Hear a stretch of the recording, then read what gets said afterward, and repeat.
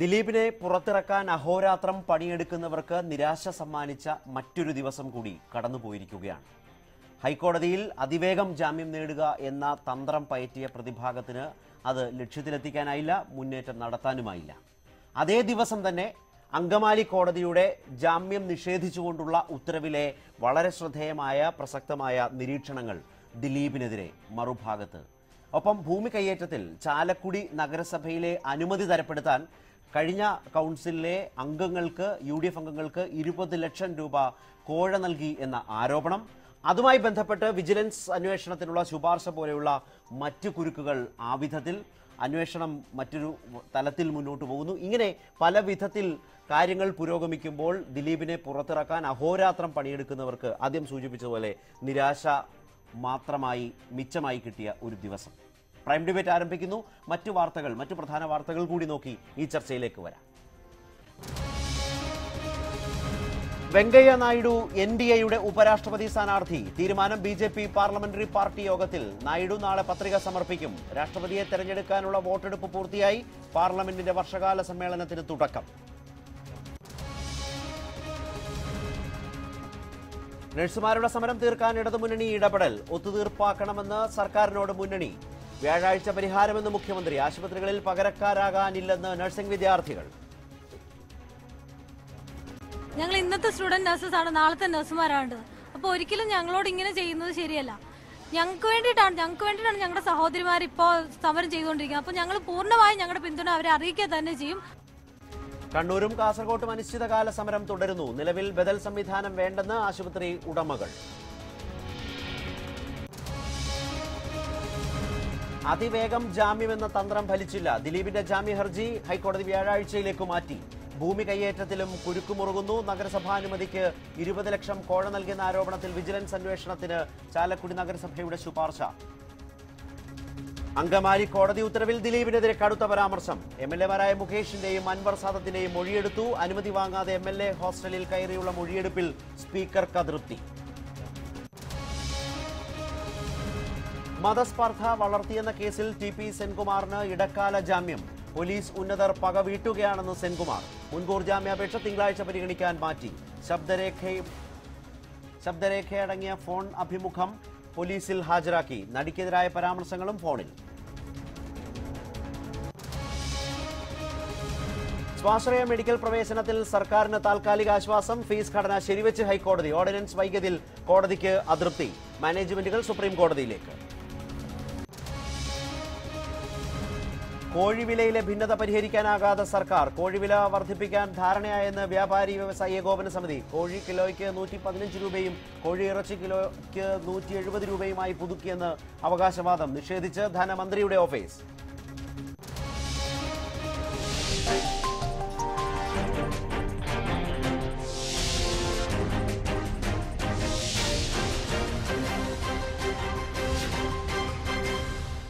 പണി പിന്നെയും പാളുകയാണോ?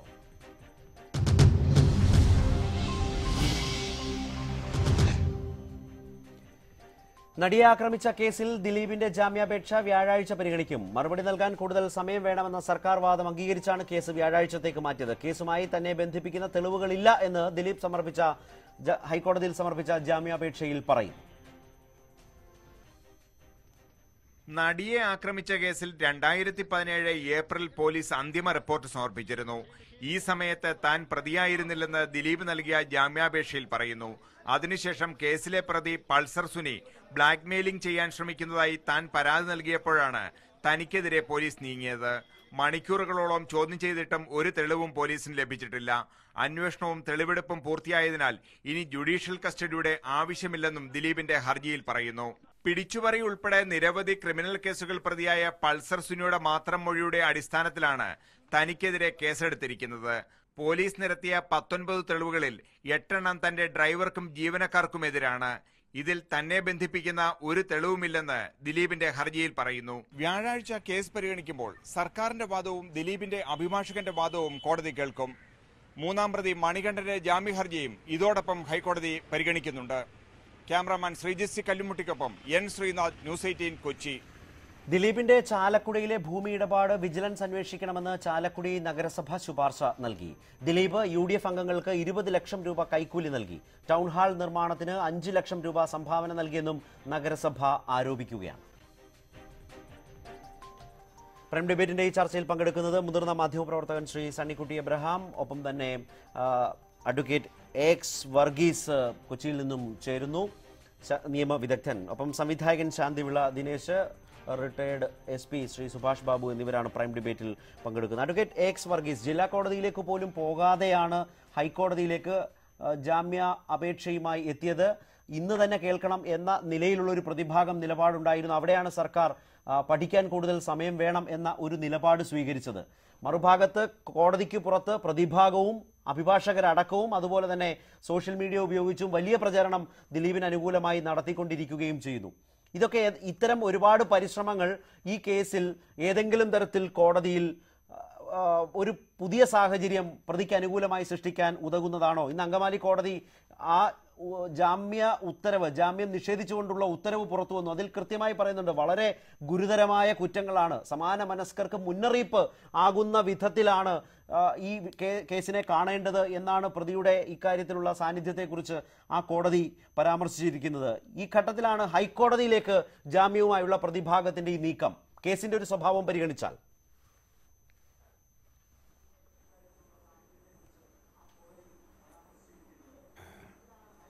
ഹൈക്കോടതിയിൽ ജാമ്യാപേക്ഷ കൊടുത്താൽ അന്നേ ദിവസം തന്നെ ഇത്തരം ഗുരുതരമായ കുറ്റങ്ങൾ ആരോപിക്കപ്പെടുന്ന ഒരു കേസിലെ പ്രതിക്ക് ജാമ്യം നൽകുകയില്ല. ഹൈക്കോടതിയുടെ ജാമ്യം പരിഗണിക്കുന്ന ഇവിടുത്തെ അവസ്ഥ നോക്കുമ്പോൾ തന്നെ നമുക്ക് മനസ്സിലാക്കാനാവും, ഒരിക്കൽ പോലും ആദ്യത്തെ ദിവസം കേസ് ഇൻസ്ട്രക്ഷൻസിന് വേണ്ടി മാറ്റും, സർക്കാരിൻ്റെ വിശദീകരണത്തിന് വേണ്ടി മാറ്റും. അതാണ് ഇവിടെ നടക്കുകയുള്ളായിരുന്നു. എന്നാൽ അതേപോലെ തന്നെ ഇന്നലെ ഒരു അഭിഭാഷകന് കൂക്കോളി കേൾക്കേണ്ടെന്നൊരു സാഹചര്യം വന്നു. മജിസ്ട്രേറ്റ് കോടതിയിൽ ജാമ്യാപേക്ഷയും കൊണ്ട് അദ്ദേഹം പോയിരിക്കുന്നു പ്രതിക്ക് വേണ്ടി. മജിസ്ട്രേറ്റിന് ഇത്തരം കേസുകളിൽ ജാമ്യം അനുവദിക്കാനുള്ള അധികാരമില്ല. അത് ഒന്നുകിൽ സെഷൻസ് കോടതിയോ അല്ലെങ്കിൽ ഹൈക്കോടതിക്ക് മാത്രമേ അത്തരത്തിൽ അധികാരമുള്ളൂ. മാത്രമല്ല, ഇന്ന് ഈ നിയമം അതികർക്കശമായി തീർന്നിട്ടുണ്ട്. സാക്ഷി വേഴ്സസ് യൂണിയൻ ഓഫ് ഇന്ത്യ എന്ന് പറയുന്ന കേസിൽ സുപ്രീം കോടതി സെക്സ്വൽ അസോൾട്ടിനെ പറ്റിയും റേപ്പിനെ പറ്റിയും അതിഗഹനമായ ഒരു വിധി പ്രഖ്യാപനം നടത്തിയുണ്ടായി.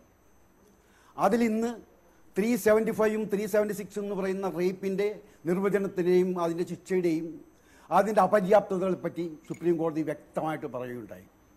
അതിനെ തുടർന്നാണ് ലോ കമ്മീഷൻ ഇടപെടുകയും അതിനുശേഷമാണ് നിർഭയ കേസ് വരികയും അങ്ങനെ ആ നിർഭയ കേസിൻ്റെ തീരുമാനത്തിൻ്റെ അടിസ്ഥാനത്തിൽ ഇന്ത്യൻ പീനൽ കോഡിലും ക്രിമിനൽ പ്രൊസീജിയർ കോഡിലും വളരെയധികം മാറ്റങ്ങൾ, സെക്സ്വൽ അസോൾട്ട് എന്ന് പറയുന്ന സ്ത്രീകൾക്കെതിരായിട്ടുള്ള അതിക്രമങ്ങൾക്കെതിരെ അതിശക്തമായ നിലപാടുകൾ എടുത്തുകൊണ്ടുള്ള നിയമമാണ് കർക്കശമായി ഇവിടെ രംഗത്തേക്ക് വന്നത്. അങ്ങനൊരു ഘട്ടത്തിൽ ഹൈക്കോടതി ഒരിക്കലും ജാമ്യം കൊടുക്കാൻ പോകുന്നില്ല ഇത്തരം കേസുകളിൽ ആദ്യത്തെ ദിവസം തന്നെ.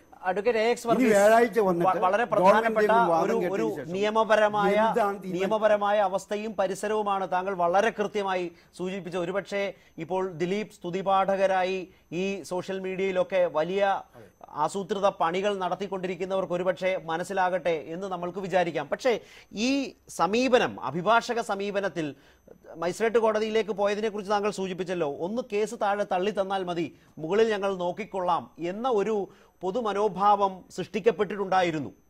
അത് ഒരു യാഥാർത്ഥ്യമാണ്.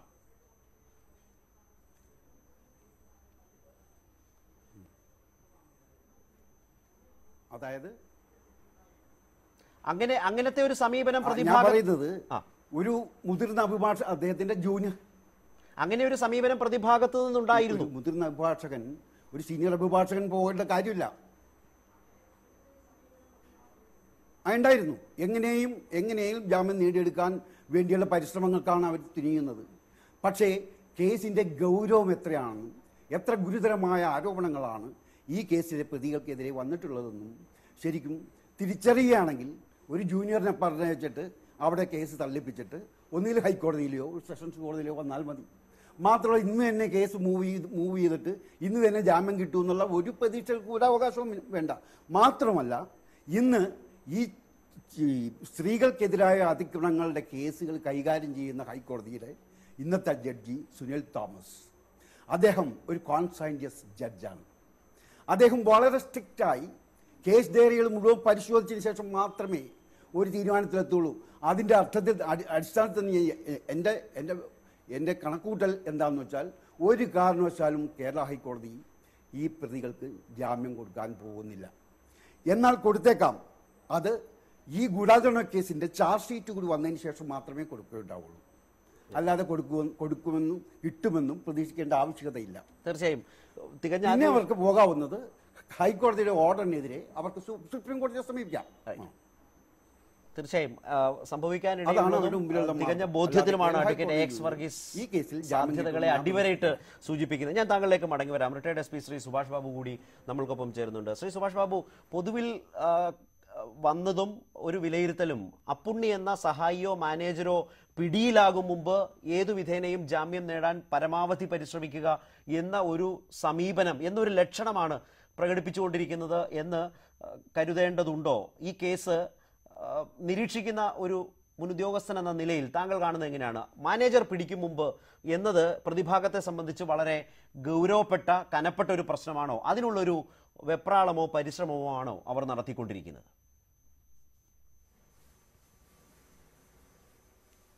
അല്ല, സ്വാഭാവികമായിട്ട് ഒരാൾ അറസ്റ്റ് ചെയ്ത് റിമാൻഡ് ചെയ്യപ്പെടുന്ന അവസരത്തിൽ എത്രയും പെട്ടെന്ന് ബെയിൽ കിട്ടാൻ വേണ്ടി ഡിഫൻസ് കരുക്കൾ നീക്കും, അവരതിൻ്റെ നടപടികൾ സ്വീകരിച്ചുകൊണ്ടിരിക്കുകയാണ്. ഈ കേസിൽ അപ്പുണ്ണി എന്ന് പറഞ്ഞ വ്യക്തി ഒളിവിൽ പോകുകയും അദ്ദേഹത്തിനെ കെട്ടാതിരിക്കുകയും ചെയ്യുമ്പോൾ, പ്രത്യേകിച്ച് ഇപ്പോൾ ഒരു മെമ്മറി കാർഡ് കിട്ടി എന്ന സാഹചര്യത്തിൽ പോലീസ് അതിൻ്റെ മുകളിൽ ചില ഊഹാപോഹങ്ങളെങ്കിലും ഇങ്ങനെ തെളിവുകളുണ്ട്, അത് മറ്റാളുകളെ ചോദ്യം ചെയ്യണമെന്നൊക്കെ ചില വാദഗതികൾ ഉന്നയിക്കും. ആ വാദഗതികൾ ഉന്നയിക്കുമ്പോൾ ദിലീപിന് ജാമ്യം കിട്ടണമെങ്കിൽ അപ്പുണ്ണിയുടെ അറസ്റ്റും അതുപോലെ തന്നെ പ്രതീഷ് ചാക്കോ എന്ന് പറയുന്ന വക്കീലിൻ്റെ അറസ്റ്റും അനിവാര്യമാണ് എന്നാണ് ഈ പോലീസ് പറയാൻ പോകുന്നത്. അപ്പോൾ അതിന് ബലമായ ചില സംശയങ്ങൾ കോടതിയുടെ മുമ്പാലെ ഹാജരാക്കി കൊടുക്കുകയാണെങ്കിൽ കോടതി അവരെ അറസ്റ്റ് ചെയ്യാനുള്ള സാവകാശം എന്നുള്ള രീതിയിൽ ഈ ദിലീപിന് ജാമ്യം കൊടുക്കാൻ സാധ്യതയില്ല. പിന്നെ അതുകൊണ്ടല്ല, ജാമ്യം കൊടുത്തു കഴിഞ്ഞാൽ അദ്ദേഹം എന്തായാലും സാധികളെ സ്വാധീനിക്കും എന്നുള്ളതിന് സംശയമില്ല. കാരണം അദ്ദേഹം സ്വാധീന വലയത്തുള്ള ആളാണ്. അതിൻ്റെ അടിസ്ഥാനത്തിലാണ് ഈ കുറ്റകൃത്യം ചെയ്യപ്പെട്ടിട്ടുള്ളത്. അതുകൊണ്ട് ജാമ്യം കൊടുക്കാതിരിക്കാൻ മതിയായ കാരണങ്ങൾ കോടതിയുടെ മുമ്പിൽ പ്രോസിക്യൂഷൻ നിരത്തുകയും കോടതി അത് സ്വീകരിക്കാനും സാധ്യതയുണ്ട്. എന്തായാലും ഈ സ്റ്റേജിൽ ജാമ്യം കിട്ടാൻ ചിലപ്പോൾ സാധ്യതയില്ല. എന്നാൽ ജഡ്ജി വളരെ കൂലങ്കഷമായിട്ട് ആ കേസ് ഡയറി പരിശോധിക്കുകയും ആ കേസ് ഡയറി പരിശോധിക്കുന്ന അവസരത്തിൽ ഊഹാപോഹങ്ങൾ അല്ലെങ്കിൽ ചില ഫോൺ കോളുകൾ ഉണ്ട്. ആ സമയത്ത് ടവർ ലൊക്കേഷൻ ഒന്നാണ്, ഇവർ അവിടെ ഇവിടെയും വെച്ച് നേരിട്ട് കണ്ടു എന്നുള്ളത് മാത്രം കൊണ്ട് ഇദ്ദേഹത്തിൽ നേരിട്ട് കുറ്റം ആരോപിക്കപ്പെടുന്നതിന് തടസ്സങ്ങൾ ചിലപ്പോൾ ജഡ്ജി കണ്ടുപിടിക്കുകയാണെങ്കിൽ ജഡ്ജ് തൽക്കാലം കൊടുത്തില്ലെങ്കിലും അടുത്ത ഒരു 15 ദിവസം കഴിഞ്ഞതിന് ശേഷം രണ്ടാമത് കൊടുക്കുന്ന അപേക്ഷയിൽ കിട്ടാൻ സാധ്യതയുണ്ട്. അതല്ലാണ്ട് ചാർജ് ഷീറ്റ് കൊടുക്കുന്നത് വരെ നീണ്ടുപോകാനുള്ള സാധ്യത ഇതിനകത്ത് ഞാൻ കാണുന്നില്ല. എന്തായാലും ശരി, ഈ പ്രാവശ്യം കിട്ടിയില്ലെങ്കിൽ അടുത്ത പ്രാവശ്യം ഒരു 10 ദിവസം കഴിഞ്ഞാണ് സാധാരണ ഇവർ പിന്നെ രണ്ടാമത് ആപ്ലിക്കേഷൻ അന്വേഷണമൊക്കെ തീർന്ന് ഇനിയും ജാമ്യം കിട്ടണമെന്ന് പറയും. ആ സമയത്തേക്ക് പോലീസ് അന്വേഷണം തീർത്തിരിക്കും. കാരണം അത്ര വലിയ അന്വേഷണമൊന്നും ഇതിനകത്തിലില്ല. പക്ഷെ അതുവരെ ഇവരെ കിട്ടിയിട്ടില്ലെങ്കിൽ പോലീസ് വീണ്ടും അത് മാറ്റും. അപ്പോൾ ഇവരെ പിടിക്കാതിരുന്നു കഴിഞ്ഞാൽ തീർച്ചയായിട്ടും ജാമ്യം കിട്ടാൻ തടസ്സമാകുമെന്നാണ് എനിക്ക് തോന്നുന്നത്. അതായിരിക്കും പ്രോസിക്യൂഷൻ വളരെ ശക്തമായിട്ട് ഉന്നയിക്കുന്നത്. അതുകൊണ്ട് അവർ ഒളിവിൽ നിന്നുകൊണ്ട് എന്തായാലും ശരി ഇദ്ദേഹത്തിന് ജാമ്യം കിട്ടാനുള്ള സാധ്യത കുറച്ച് കുറവാണെന്നാണ് എൻ്റെ അഭിപ്രായം. ഞാൻ താങ്കളിലേക്ക് മടങ്ങി വരാം. ശ്രീ സണ്ണിക്കുട്ടി, ഇക്കാര്യത്തിൽ ഇതിപ്പോൾ അങ്കമാലി കോടതിയുടെ ആ ജാമ്യം എന്തുകൊണ്ട് നിഷേധിക്കുന്നു എന്ന് പറയുന്ന ഉത്തരവ് വന്നിട്ടുണ്ട്. ഇതിൻ്റെ നിയമപരമായ വശത്തിലേക്കല്ല, അതിൽ പറയുന്നുണ്ട് വളരെ പ്രധാനപ്പെട്ട നിലയിൽ ഉള്ള വളരെ സ്വാധീനമുള്ള പ്രതിയാണ്. പ്രോസിക്യൂഷൻ പറയുന്നത് പോലെ തന്നെ ജാമ്യം നൽകിയാൽ പ്രതികളെ സ്വാധീനിക്കാം, തെളിവുകൾ നശിപ്പിക്കപ്പെടുന്നത് പോലുള്ള സാഹചര്യങ്ങളുണ്ട് എന്ന് കോടതി സ്വാഭാവികമായും വിലയിരുത്തുന്നുണ്ട്. ഇന്ന് അങ്കമാലി കോടതിയുടെ അന്ന് നൽകിയ ഉത്തരവിൻ്റെ പകർപ്പാണ് പുറത്തു വന്നത്. അതിലെ വിശദാംശങ്ങളാണ്. മറ്റൊന്ന്, സമാന മനസ്കർക്ക് ഇത്തരം സ്ത്രീപീഡനത്തിൻ്റെ മറ്റ് സ്ത്രീപീഡനങ്ങളിൽ നിന്ന് വ്യത്യസ്തമായ ഇതൊരു കൊട്ടേഷൻ ബലാത്സംഗം എന്ന് പറയാവുന്ന അവസ്ഥയിലാണ്, വ്യത്യസ്തമായ ഒരു കേസാണ്. ആ കേസിൽ ഇത്തരം സമാന മനസ്കർക്ക് ഒരു മുന്നറിയിപ്പായി മാറണമെങ്കിൽ പ്രതിക്ക് ജാമ്യം നിഷേധിക്കേണ്ടതുണ്ട് എന്ന് പറയുന്ന ഒരു പരാമർശവും മജിസ്ട്രേറ്റിന്റെ ഭാഗത്തു നിന്ന് വന്നിട്ടുണ്ട്. ഇതാണ് ഇതിൻ്റെ ഒരു സാഹചര്യം. ഈ കേസുമായി ബന്ധപ്പെട്ട് ഇതിൻ്റെ ഒരു സാമൂഹ്യ പശ്ചാത്തലത്തിൽ നിന്നുകൊണ്ട് ഒരുപാട് പ്രചാരണങ്ങൾ ആസൂത്രിതമായി തന്നെ നടക്കുന്നുമുണ്ടല്ലോ. ഒരുപാട് അനുകൂല വാദങ്ങൾ വളരെ ആസൂത്രിതമായി പ്രചരിപ്പിക്കുന്നു, അതിലൂടെ ആളുകളെ ആശയക്കുഴപ്പത്തിലെത്തിക്കാൻ നോക്കുന്നു, മാധ്യമങ്ങളെ കുറ്റപ്പെടുത്താനുള്ള വലിയ വ്യഗ്രത അരങ്ങേറിക്കൊണ്ടിരിക്കുന്നു. ഇതിനിടയിൽ ഇന്നിപ്പോൾ NS മാധവൻ തന്നെ ഏറ്റവും കൃത്യമായി ഇപ്പോൾ അടൂരായാലും സക്രിയായാലും നടത്തിയ വിമർശനത്തിനെ വിയോജിച്ചുകൊണ്ട് അദ്ദേഹം പറയുന്നു, ഇത് കൃത്യമായി ഇപ്പോൾ പറയുന്നത് ശരിയായ ഒരു നിലപാടല്ല. മാത്രവുമല്ല, വളരെ അസ്വാഭാവികമായി ദിലീപിന് അനുകൂലമായ ഒരു പശ്ചാത്തലം സൃഷ്ടിക്കപ്പെടുകയും ചെയ്യുന്നുണ്ട്. ഈ നിലയിൽ സാമൂഹികമായ ഒരു പ്രസക്തി നമ്മുടെ സമൂഹത്തിന്റെ ഒരു കാഴ്ചപ്പാടിൽ ഇന്നത്തെ ഒരു ദിവസത്തെ ഈ വിവരങ്ങളെ പരിഗണിച്ചാൽ ശ്രീ സണ്ണിക്കുട്ടി.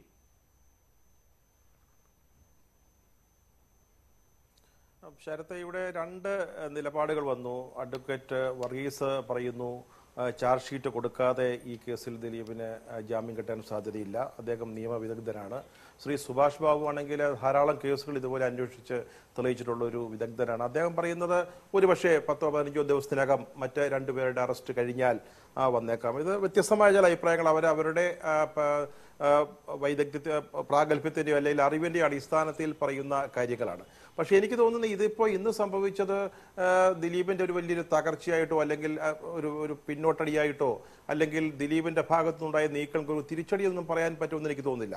നേരത്തെ ശ്രീ അഡ്വക്കേറ്റ് വർഗീസ് പറഞ്ഞതുപോലെ നമുക്കറിയാം, മജിസ്ട്രേറ്റ് കോടതിയിൽ ഇന്നിപ്പോൾ ചാർജ് ചെയ്തിരിക്കുന്ന ഈ സെക്ഷൻസ് വെച്ചുകൊണ്ട് അദ്ദേഹത്തിന് ജാമ്യം കിട്ടുകയില്ല എന്നുള്ളത് കുഞ്ഞുങ്ങൾക്ക് പോലും അറിയാവുന്ന കാര്യമാണ്. ഇന്നിപ്പോൾ ഇവിടെ ഹൈക്കോടതിയിലേക്ക് വരുന്നത് ഇതൊക്കെ വളരെ സ്വാഭാവികമാണ്. സമയമെടുത്ത് കേസ് ഡയറിയൊക്കെ പഠിച്ചതിന് ശേഷം ജാമ്യം കൊടുക്കുന്ന ഒരു സ്ഥിതി. ഒരു പക്ഷേ നമുക്കിപ്പോൾ ഇവിടെ ഇരുന്നു കൊണ്ട് വ്യാഴാഴ്ച ജാമ്യം കിട്ടുകയില്ലയോ എന്ന് പറയാൻ പറ്റുമെന്ന് എനിക്ക് തോന്നുന്നില്ല. പക്ഷേ എനിക്ക് വളരെ പ്രസക്തമായിട്ട് തോന്നിയത് ശരത്തിന്റെ ആ ചോദ്യത്തിലുള്ള കാര്യങ്ങളാണ്. അതായത് അങ്കമാലി കോടതി മുന്നോട്ട് വച്ചിരിക്കുന്ന ചില കാര്യങ്ങൾ, അതായത് ഈ കേസിന്റെ പ്രാധാന്യത്തെക്കുറിച്ച് കോടതി വളരെ വ്യക്തമായിട്ട് പറഞ്ഞിരിക്കുന്നു. ഇത് വളരെ പ്രധാനപ്പെട്ട ഒരു കേസാണ്.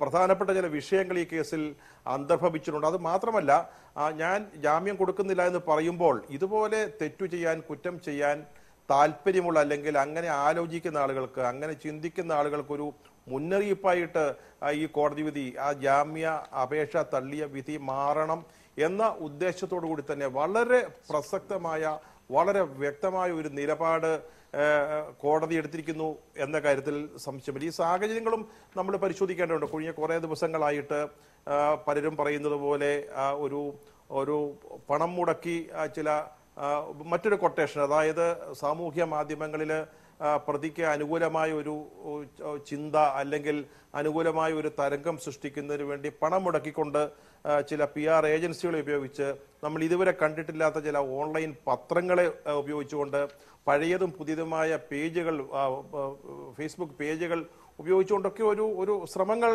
നടക്കുമ്പോൾ ഇതൊക്കെ സ്വയം കൃതനാർത്ഥം സംഭവിക്കുന്നു എന്ന് പറയേണ്ടിയിരിക്കുന്നു. നേരത്തെ ശരത്ത് പറഞ്ഞൊരു കാര്യം ഞാൻ വളരെ കൗതുകത്തോടെ ഓർക്കുകയായിരുന്നു. ഈ കേസിന്റെ അന്തിമ റിപ്പോർട്ട് പോലീസ് സമർപ്പിച്ചു കഴിഞ്ഞതാണ്. പക്ഷേ ഞാനൊരു പരാതി കൊടുത്തപ്പോൾ, അതായത് എന്നെ ബ്ലാക്ക്മെയിൽ ചെയ്യുന്നുള്ളൊരു പരാതി കൊടുത്തപ്പോഴാണ് വീണ്ടും കേസ് ശക്തമാകുന്നതെന്ന് പറയുമ്പോൾ, ഒരുപക്ഷെ ആ കേസ് അല്ലെങ്കിൽ ഈ പരാതി നൽകിയില്ലായിരുന്നുവെങ്കിൽ, അതായത് ഈ ബ്ലാക്ക്മെയിൽ സംബന്ധിച്ച പരാതി നൽകിയില്ലായിരുന്നെങ്കിൽ ഈ കേസ് ഉണ്ടാകുമായിരുന്നില്ല, താൻ അറസ്റ്റിൽ ആകുമായിരുന്നില്ല എന്നതുപോലെയുള്ള വാദങ്ങളാണ് പ്രതിഭാഗത്തുനിന്ന് കാണുന്നത്. എത്രത്തോളം നിയമപരമായി നിലനിൽക്കുന്നതാണെന്ന് എനിക്കറിയില്ല. പക്ഷേ എനിക്കൊന്ന് ഇന്ന് ഈ റിപ്പോർട്ടിൽ ഞാൻ കണ്ടില്ല, മറ്റ് മാധ്യമങ്ങളിൽ, മറ്റ് ചാനലുകളിൽ കണ്ടൊരു കാര്യം, പ്രതിഭാഗം ഒരു പ്രത്യേക കൗതുകരമായ ഒരു വാദം കൂടെ ഉന്നയിക്കുന്നു. അതായത് മുഖ്യമന്ത്രി നേരത്തെ പറഞ്ഞിട്ടുണ്ട് ഇതിൽ ഗൂഢാലോചനയില്ല, അതുകൊണ്ട് മുഖ്യമന്ത്രിയുടെ വാക്കുകൾ വിശ്വാസത്തിലെടുത്തുകൊണ്ട് എനിക്ക് ജാമ്യം തരണം എന്ന നിലയിലേക്ക് പറയുന്നു. പക്ഷേ എന്തായാലും ഇത് വളരെ സ്വാഭാവികമായ ഒരു പരിണിതിയായിട്ട് മാത്രമേ എനിക്ക് കാണാൻ കഴിയുന്നുള്ളൂ. ചിലപ്പോൾ വ്യാഴാഴ്ച കിട്ടിയേക്കാം, ചിലപ്പോൾ ചാർജ് ഷീറ്റ്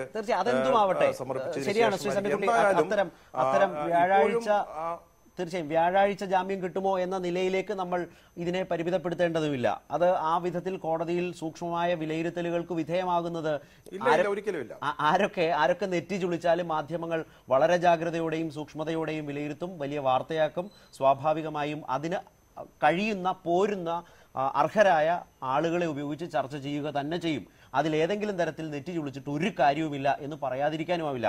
ശ്രീ ശാന്തിവിള ദിനേശ്, ഈ രൂപത്തിൽ ദിലീപിനെ പുറത്തിറക്കാൻ അഹോരാത്രം പണിയെടുക്കുന്ന ആളുകൾക്ക് സ്വാഭാവികമായും ഇന്നൊരു നിരാശയുടെ ദിനം തന്നെയാണ്.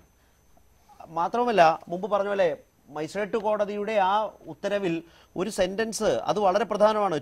അതാണിപ്പോൾ ശ്രീ സണ്ണിക്കുട്ടി സൂചിപ്പിച്ചത്. To convey the strong message to the like minded persons that these offences will not be taken lightly.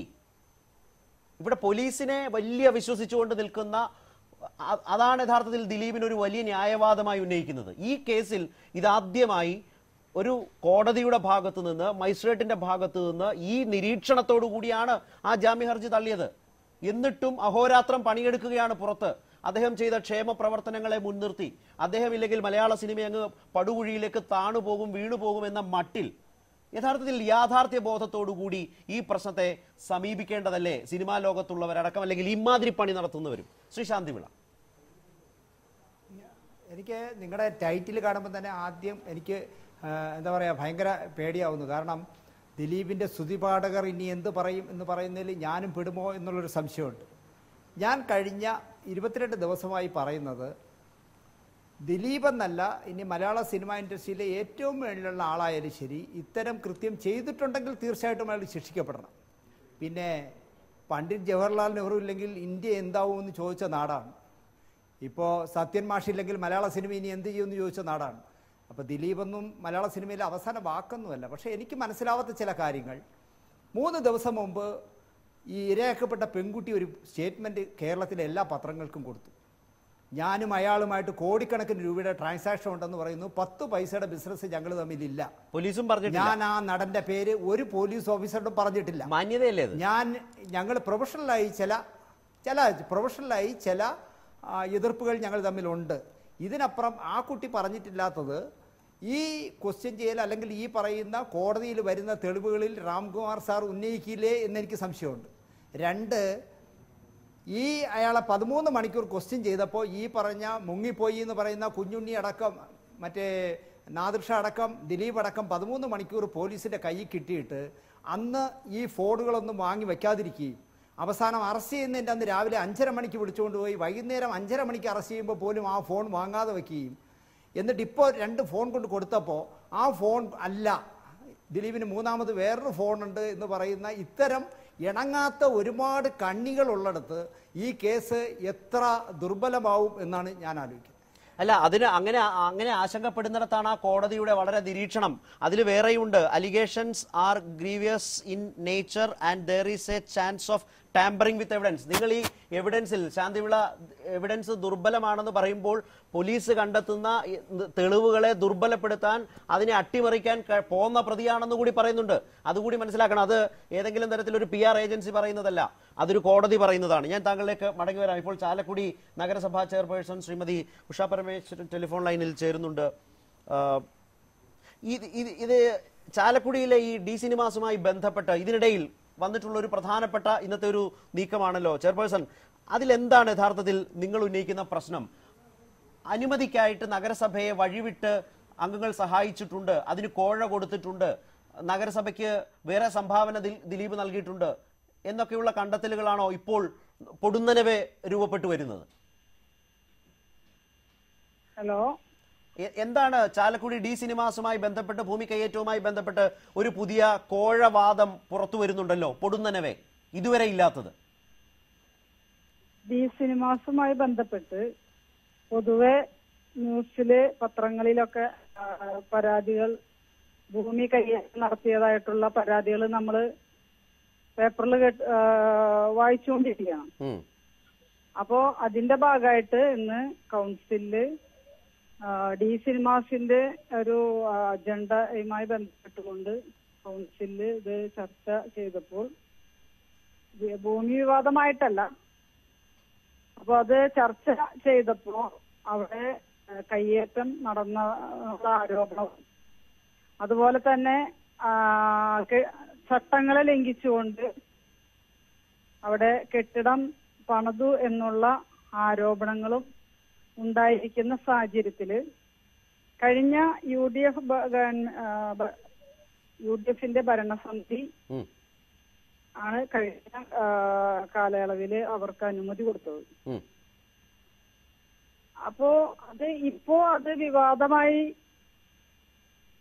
വിവാദമായതുകൊണ്ട് നമ്മളത് കൗൺസിലിൽ ഈ വിഷയം ഇതൊരു വിജിലൻസ് അന്വേഷണവുമായി ബന്ധപ്പെട്ടുകൊണ്ട് ഊർജിതമായ അന്വേഷണം നടത്താനായിട്ട് സ്വന്തം വീട്ടുമുറ്റത്തെന്ന് പറയാവുന്നത് പോലെ സ്വന്തം മുനിസിപ്പാലിറ്റിയുടെ മൂക്കിന് കീഴ് ഇതൊക്കെ നടക്കുമ്പോൾ പത്രങ്ങളിൽ വരണം, ഇങ്ങനെയൊക്കെ കേസാവണം, എന്നാൽ മാത്രമേ പ്രമുഖന്മാരെ തൊടാൻ നിങ്ങൾക്കുമാവൂ, അല്ലെങ്കിൽ ആരും ഭരിച്ചോട്ടെ, അല്ലെങ്കിൽ ഇതൊക്കെ വരുമ്പോൾ മാത്രം കൗൺസിൽ ഇതേക്കുറിച്ചൊക്കെ ചർച്ച ചെയ്യാന്ന് പറയുന്ന വലിയ കൗതുകമാണ് കേൾക്കുമ്പോൾ തോന്നുന്നത്.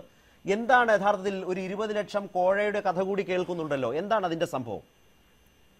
20 ലക്ഷം കോഴ വാങ്ങിച്ചു എന്ന് ഞാൻ ഇല്ല.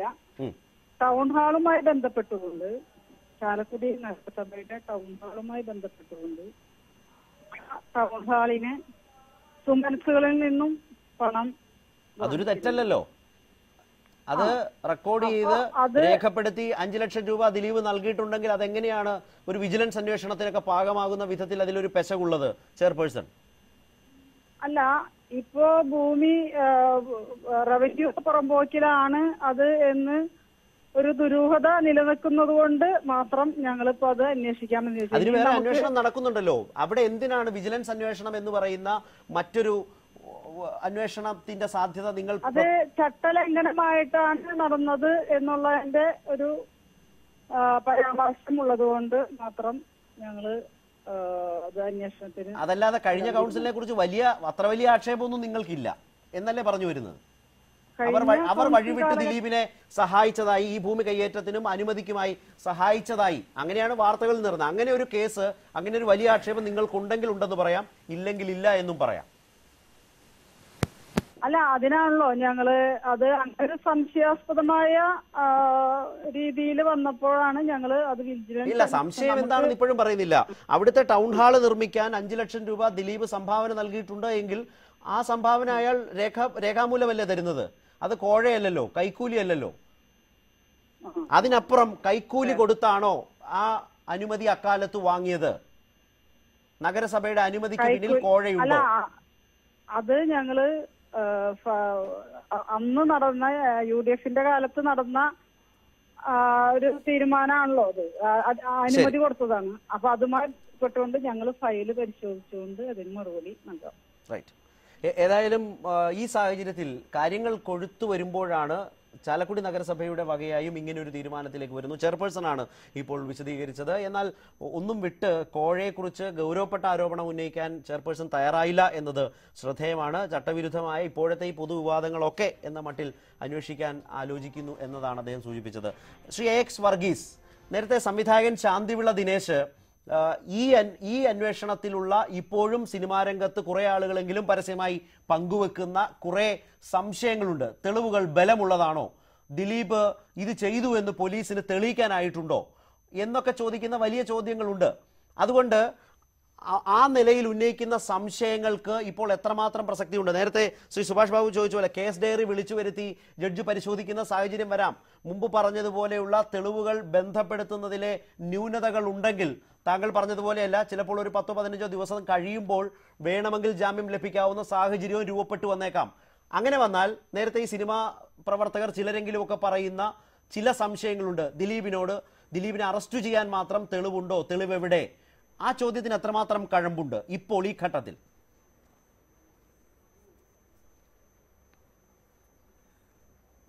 ഒരു ഇൻവെസ്റ്റിഗേഷൻ എന്ന് പറയുന്നത് പോലീസിൻ്റെ എക്സ്ക്ലൂസീവായിട്ടുള്ള ഒരു ഏരിയയാണ്. പോലീസിൻ്റെ സബ്ജക്റ്റീവ് സാറ്റിസ്ഫാക്ഷനും സയൻറ്റിഫിക് ആയിട്ടുള്ള ഇൻവെസ്റ്റിഗേഷനിലൂടെയാണ് ഒരു പ്രതിയെ അറസ്റ്റ് ചെയ്യേണ്ടതുണ്ടോ ഇല്ലയോ എന്ന് തീരുമാനിക്കുന്നത്. അതിൽ ഇടപെടാനായി ആർക്കും അധികാരമില്ല. ഈവൻ ചീഫ് മിനിസ്റ്റർക്ക് പോലും അധികാരമില്ല. മറിച്ച് പിന്നെ കോടതികളുടെ മുമ്പിലേക്ക് വരുമ്പോൾ ഇത്തരം കേസുകളിൽ, ഗുരുതരമായ ആരോപണങ്ങൾ ഉൾക്കൊള്ളുന്ന കേസുകളിൽ കോടതികൾ പരിഗണിക്കുന്ന കാര്യം എന്താണെന്ന് വെച്ചാൽ, ടാമ്പർ ചെയ്യാനായിട്ടുള്ള സാധ്യതയുണ്ടോ? ഇദ്ദേഹം പുറത്തിറങ്ങിയാൽ സാക്ഷികളെ സ്വാധീനിക്കാനുള്ള സാധ്യതയുണ്ടോ? തെളിവുകൾ നശിപ്പിക്കപ്പെടാനുള്ള സാധ്യതകളുണ്ടോ? ഇതാണ് കോടതികൾ പരിശോധിക്കുന്നത്. അതിന് അദ്ദേഹത്തിൻ്റെ സമൂഹത്തിലെ സ്ഥാനവും കൂടി കണക്കാക്കും കോടതി. അതിധനാഢ്യനായ ഒരു മനുഷ്യനായ ഒരു പ്രതിയാണ് ഇവിടെ ഉള്ളത്. അത്തരത്തിലുള്ളൊരു പ്രതി ധനാഢ്യനും സ്വാധീനശക്തിയുള്ളവനുമാണെങ്കിൽ അത്തരം കേസുകളിൽ CBI അന്വേഷണം വരെ ആകാം എന്നാണ് സുപ്രീം കോടതി പലവട്ടം പറഞ്ഞു വച്ചിരിക്കുന്നത്. കാരണം പ്രതി സ്വാധീനശക്തിയുള്ളവനാണെങ്കിൽ, ടാമ്പർ ചെയ്യപ്പെടുന്നു സംശയമുണ്ടെങ്കിൽ, സാക്ഷികൾ സ്വാധീനിക്കുന്നുണ്ടെങ്കിൽ അവർക്ക് ജാമ്യം കൊടുക്കാൻ പാടില്ല. ചാർജ് ഷീറ്റ് കൊടുക്കുന്നവരെ, ചാർജ് ഷീറ്റ് കൊടുത്തതിന് ശേഷം പിന്നീട് ജാമ്യം കൊടുക്കാം, ഡിസ്ക്രിപ്ഷനാണ്. കാരണം ഇദ്ദേഹത്തെ കസ്റ്റഡിയിൽ വെച്ചുകൊണ്ട് സാക്ഷികളെ പിന്നീട് സ്വാധീനിക്കപ്പെടും എന്നുള്ളതിനെ പറ്റിയുള്ള യാതൊരു സംശയവും ഉണ്ടാകേണ്ടതില്ല. അങ്ങനെ കിട്ടാം, അത്രയേ ഉള്ളൂ. പക്ഷെ എൻ്റെ ബലമായ വിശ്വാസത്തിൽ കേരള ഹൈക്കോടതി ഈ അടുത്ത കാലത്തൊന്നും ദിലീപിന് ജാമ്യം കൊടുക്കാൻ പോകും. പക്ഷെ അപ്പോഴും അത്ര ഗുരുതരമായ കുറ്റകൃത്യങ്ങളാണ് ആരോപിക്കപ്പെട്ടിരിക്കുന്നത്. പക്ഷെ സിനിമാ ലോകത്ത് നിന്ന് തെളിവുകൾ നിർത്തുകയെന്ന് പറഞ്ഞാൽ സിനിമാ ലോകത്ത് നിന്ന് പക്ഷേ രൂപപ്പെടുന്ന സംശയരൂപേണ രൂപപ്പെടുന്ന ചില ബദലുകളുണ്ടല്ലോ, എതിർവാദങ്ങളുണ്ടല്ലോ, അത് കാണാതെ പോകാനാകില്ല. അത് സമൂഹത്തിൽ വലിയ തോതിൽ പ്രചരിപ്പിച്ചുകൊണ്ടിരിക്കുകയാണ്. അന്വേഷണം ഈ വിധത്തിൽ മുന്നോട്ട് പോകുന്ന ഒരു ഘട്ടത്തിൽ അത് വളരെ ആസൂത്രിതവുമാണ്. അതിന് പണപരമായ, താങ്കൾ നേരത്തെ സൂചിപ്പിച്ചല്ലേ, വലിയ തോതിൽ പണം ഒഴുക്കുന്നുണ്ട്, റോളുകൾ വാഗ്ദാനം ചെയ്യുന്നുണ്ട്, അതിനുവേണ്ടിയുള്ള വിളികൾ ചർച്ചകളിൽ പങ്കെടുക്കുന്ന ആളുകൾക്ക് പോകുന്നുണ്ട്. ഏതെങ്കിലും തരത്തിൽ അനുകൂലമായി സംസാരിക്കുന്ന ആളുകളെ കൃത്യമായി വിളിക്കുന്നുണ്ട്. വിളി വന്ന പലരും നമ്മളോടൊക്കെ തന്നെ സംസാരിക്കുന്നുമുണ്ടത്.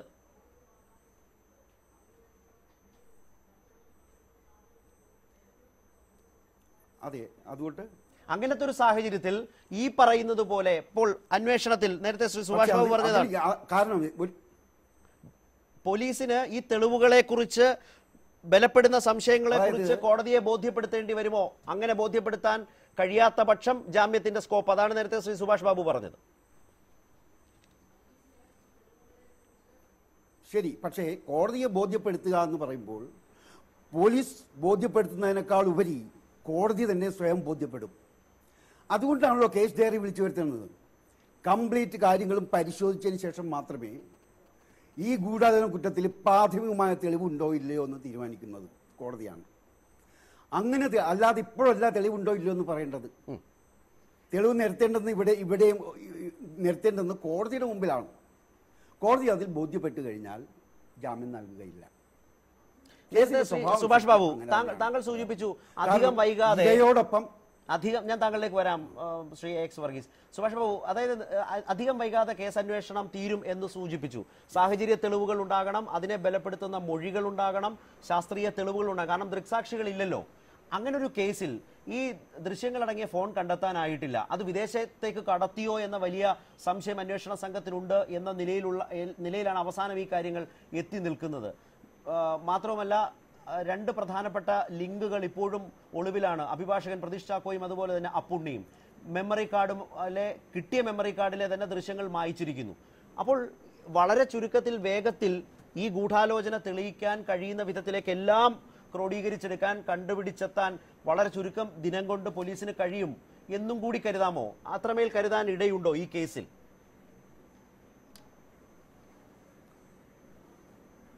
ഇപ്പോൾ മെമ്മറി കാർഡ് പരിശോധിക്കാൻ 1-2 ദിവസം ആവശ്യമുള്ളൂ. അതിനകത്ത് ദൃശ്യമുണ്ടോ, അത് റിട്രൈവ് ചെയ്യാൻ പറ്റുമോ, അതോ അതിന് ഓവർ റൈറ്റിംഗ് വന്നുകൊണ്ട് കാണാൻ പറ്റില്ല, അല്ലെങ്കിൽ അത് തീർച്ചും റിട്രൈവ് ചെയ്യാൻ പറ്റാത്ത മാതിരി ഇപ്പോൾ അത് ഡിസ്ട്രോയ് ചെയ്യാനുള്ള പുതിയ സോഫ്റ്റ്വെയർ സംവിധാനങ്ങളുണ്ട്. അപ്പോൾ അങ്ങനെ പോയി കഴിഞ്ഞാൽ ഇത് കരിക്കൂട്ടി തെളിവ് നശിപ്പിച്ചതാണെന്നുള്ള രീതിയിൽ 250, 206 വരെയുള്ള വകുപ്പുകളിലേക്ക് അത് പോവുള്ളൂ. പക്ഷേ ഈ കേസിൽ ഏറ്റവും പ്രധാനപ്പെട്ടത്, എൻ്റെ അന്വേഷണ ചുമതലയിൽ ഞാനിതുവരെ ജാമ്യത്തിന് പിന്നെ വളരെ ഗൗരവമുള്ള ഒരുപാട് കേസുകൾ അന്വേഷിച്ച് പരിചയത്തിൽ നിന്ന് ഞാൻ പറയുകയാണ്, ഈ കേസിൽ ഗൂഢാലോചന വന്നത് വളരെ താമസിച്ചാണ്. അത് പ്രതിയിൽ നിന്നാണ് അത് വരുന്നത്. കാരണം അദ്ദേഹത്തിനെ പ്രതിയെ അറസ്റ്റ് ചെയ്തു, അന്ന് പോലീസ് ചോദ്യം ചെയ്ത് പറഞ്ഞില്ല, കസ്റ്റഡിയിലെടുത്തു, എന്നിട്ട് പറഞ്ഞില്ല. അത് കഴിഞ്ഞതിന് ശേഷം ജയിലിൽ പോയതിന് ശേഷം ഇത് വെളിപ്പെടുത്തുന്നതിനുള്ളിൽ 3 പ്രാവശ്യം അദ്ദേഹത്തിന് റിമാൻഡ് എക്സ്റ്റൻഷന് കോടതിയിൽ കൊണ്ടുവന്നു. പല ആളുകളെ അദ്ദേഹം കണ്ടു, അദ്ദേഹത്തിനെ പല ആളുകളും വിസിറ്റ് ചെയ്തു, എന്നിട്ടൊന്നും പുറത്ത് പറയാത്ത ഒരു സുപ്രഭാതത്തിൽ എനിക്ക് ഗൂഢാലോചനയുണ്ടെന്ന് പറയുന്നു. ആ ഗൂഢാലോചനയുണ്ടെന്ന് പറഞ്ഞ് ഫോൺ ചെയ്തു. ശരി, ഫോൺ ചെയ്തതിൽ എന്താ പറഞ്ഞതെന്ന് നമുക്കറിയില്ല. അദ്ദേഹം അങ്ങനെ പറഞ്ഞു എന്ന് പറഞ്ഞാലും സ്വീകരിച്ച ആളത് സമ്മതിക്കില്ല. പക്ഷേ ഫോൺ ചെയ്തു എന്ന് പറഞ്ഞ ഒരു സത്യമാണ്. അത് ദിലീപിനെ നേരിട്ട് ഫോൺ ചെയ്തു എന്ന് പറയുന്നതല്ലാണ്ട് നേരിട്ട് ഫോൺ ചെയ്തു എന്നുള്ളതിന് തെളിവില്ല. അത് കഴിഞ്ഞിട്ട് എന്താന്ന് പറഞ്ഞാൽ ആ കത്തിനകത്ത് പറയുന്നത്, നിങ്ങൾ പറഞ്ഞിട്ട് നിങ്ങൾക്ക് വേണ്ടിയിട്ടാണ് ഞാൻ ചെയ്തതെന്ന് പറഞ്ഞിട്ടില്ല, എന്നെ സഹായിക്കണം, എനിക്ക് എൻ്റെ കൂടെയുള്ള 5 ആളുകളെ രക്ഷിക്കണം, എന്നല്ലാതെ നിങ്ങൾക്ക് വേണ്ടി ചെയ്തു. അതിൻ്റെ കൂടെ പറയുന്നു ഇന്ന സ്ഥലങ്ങളിൽ ഉള്ള കാര്യങ്ങളൊന്നും ഞാൻ ആരോടെയും പറഞ്ഞിട്ടില്ല. അത് എന്ത് കാര്യമാണെന്ന് ആർക്കറിയാം? അതിനകത്തൊന്നും ക്ഷണിപ്പിക്കണ്ടേ? പിന്നെ അതിനകത്ത് ദിലീപിൻ്റെ വണ്ടിയുടെ നമ്പർ എഴുതിയിരിക്കുന്നു. ദിലീപിന് ഇത്രയും അടുപ്പമുള്ള ഒരു മനുഷ്യൻ, ഈ സ്ഥിരമായിട്ട് ഈ സിനിമാ സൈറ്റിൽ പോകുന്ന ആൾക്ക് ദിലീപിൻ്റെ വണ്ടിയുടെ പ്രത്യേകിച്ച് വലിയ വിലപ്പിടിപ്പുള്ളൊരു വണ്ടിയാണ്. ആ വണ്ടിയുടെ നമ്പർ പോലും തെറ്റായിട്ടാണ് ആ ലെറ്ററിൽ എഴുതിയിരിക്കുന്നത്. ഇതൊക്കെ പറയുമ്പോൾ എന്താണെന്ന് പറഞ്ഞു കഴിഞ്ഞാൽ ഈ പ്രതി തന്നെ തൻ്റെ കേസ് നടത്താൻ സഹായത്തിന് വേണ്ടി അല്ലെങ്കിൽ പണം കിട്ടാൻ വേണ്ടിയിട്ട് ഒരു പുതിയ തന്ത്രം ആവിഷ്കരിച്ചു എന്ന് എന്തുകൊണ്ട് പ്രതിഭാഗത്തിന് പിന്നെ ആരോപിച്ചുകൂടാ? അത് കോടതി പരിഗണിക്കില്ലേ? അതുകൊണ്ട് അത് ഇതിനകത്തിൽ ഏറ്റവും വലിയൊരു ഘടകമാണ്. പിന്നെ ഇദ്ദേഹം നേരിട്ട് വാക്കുകൊണ്ടോ പ്രവൃത്തി കൊണ്ടോ ഇതിനകത്ത് പങ്കെടുത്തു എന്നുള്ളത് കേസ് ഡയറിയിൽ തെളിവായിട്ട് പോലീസിന് സമാഹരിക്കാൻ ഇതുവരെ കഴിഞ്ഞിട്ടില്ല. കാരണം ഫോൺ പോലും അദ്ദേഹം കൊടുത്തില്ല. അപ്പോൾ അതുകൊണ്ട് അതിനപ്പുറത്തേക്ക് പോയിട്ടില്ല എന്നുള്ളത് നമുക്ക് ഊഹിക്കാവുന്നതല്ലേ ഉള്ളൂ. അപ്പം അതുകൊണ്ട് അത് പോലീസിന് കുറച്ച് ശ്രമകരമായിരിക്കും. അതുകൊണ്ട് പ്രതിക്ക് അനുകൂലമായിട്ടൊരു നേടം അദ്ദേഹം ചെയ്തില്ല എന്ന് ഞാൻ പറയുന്നില്ല. അദ്ദേഹത്തിൻ്റെ സ്വഭാവത്തിൽ നിന്ന് അതിനകത്ത് ഒരുപാട് അദ്ദേഹത്തിൻ്റെ പേരിൽ സംശയം ഇന്നും നിലനിൽക്കുന്നുണ്ട്. അത് വളരെ ഉപോത്ബലകമായി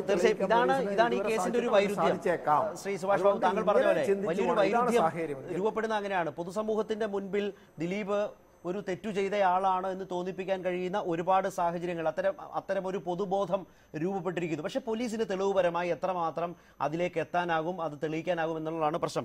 ഇവിടെ അഡ്വക്കേറ്റ് എക്സ് വർഗീസ്, ഞാൻ ശ്രീ സണ്ണിക്കുട്ടിയിലേക്കും ശ്രീ ശാന്തിവിള ദിനേശിലേക്കും വരും. ഒരു ചെറിയ ഇടവേളയ്ക്ക് മുമ്പുണ്ട് ഒരു ചെറിയ മറുപടി. ശ്രീ ഇപ്പോൾ സുഭാഷ് ബാബു പറഞ്ഞതുപോലെ ഈ എതിർവാദങ്ങൾ യഥാർത്ഥത്തിൽ ഗൂഢാലോചന 120B ഒരു വലിയ ചതിക്കുഴി തീർക്കലായി പോലീസിന് മാറുമോ? അത്തരമൊരു വലിയ പ്രതിസന്ധി പോലീസ് തന്നെ തുറന്നു പറയുന്നുണ്ട്. ഈ കേസിലെ ഇത്തരം എതിർവാദങ്ങൾ, തടസ്സവാദങ്ങൾ പോലീസിന്റെ ഭാവി വെല്ലുവിളികളും തലവേദനകളുമാണെന്ന് കരുതുന്നുണ്ടോ താങ്കൾ?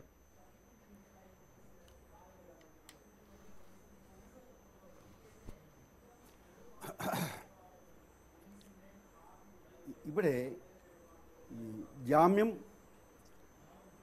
അപേക്ഷ പരിഗണിക്കേണ്ടുന്ന കാര്യങ്ങൾ എന്തെല്ലാമാണ് ഹൈക്കോടതിയും സെഷൻസ് കോടതിയും ഒന്ന് പരിശോധിക്കണം.